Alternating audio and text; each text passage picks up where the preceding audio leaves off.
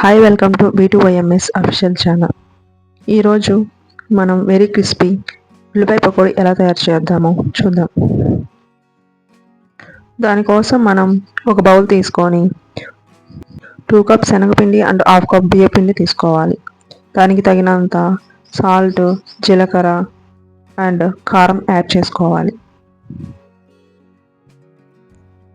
అలాగే 1 స్పూన్ అల్లం పేస్ట్ కూడా యాడ్ చేసుకోవాలి. అలాగే కరివేపాకు కూడా కొంచెం యాడ్ చేసుకోవాలి. అలాగే 4 ఆనియన్స్ అండ్ 4 పచ్చిమిర్చి చిన్న చిన్న ముక్కలుగా కట్ చేసి యాడ్ చేసుకోవాలి. ఈ మిశ్రమాన్ని బాగా కలుపుకోవాలి. ఈ విధంగా ఉప్పు, కారం, జీలకర్ర అంతా బాగా కలిసే విధంగా కలుపుకోవాలి.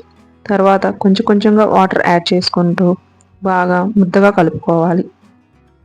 మరి పలుచగా కాకుండా పకోడీకి సరిపడే విధంగా పిండిని కొంచెం గట్టిగా కలుపుకోవాలి.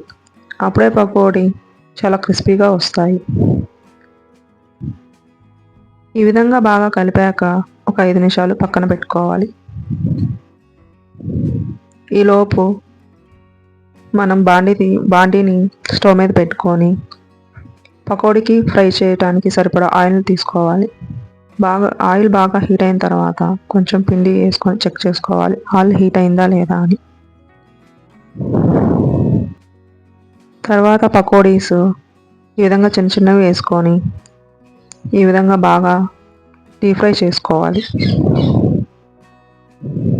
లైట్ గోల్డెన్ కలర్ వచ్చేంత వరకు బాగా డీప్ ఫ్రై చేయాలి. పకోడీలు చాలా టేస్టీ అండ్ వెరీ క్రిస్పీగా ఉంటాయి.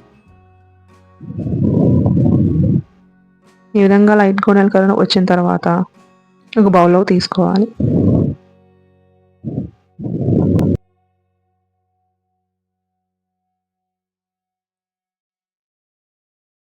ఈ విధంగా రిమైనింగ్ పిండి కూడా చిన్న చిన్న పకోడీలుగా వేసుకోవాలి.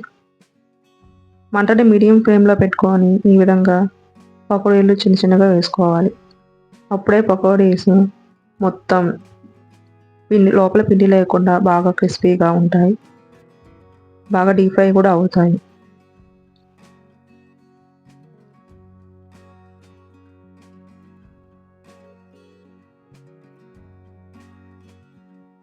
తర్వాత లైట్ గోల్డెన్ కలర్ వచ్చాక ఒక బౌల్లోకి తీసుకోవాలి. వెరీ టేస్టీ ఉల్లిపాయ పకోడీ రెడీ అయ్యాయండి. ఈ విధంగా ట్రై చేయండి, మీకు కూడా చాలా పర్ఫెక్ట్గా వస్తాయి.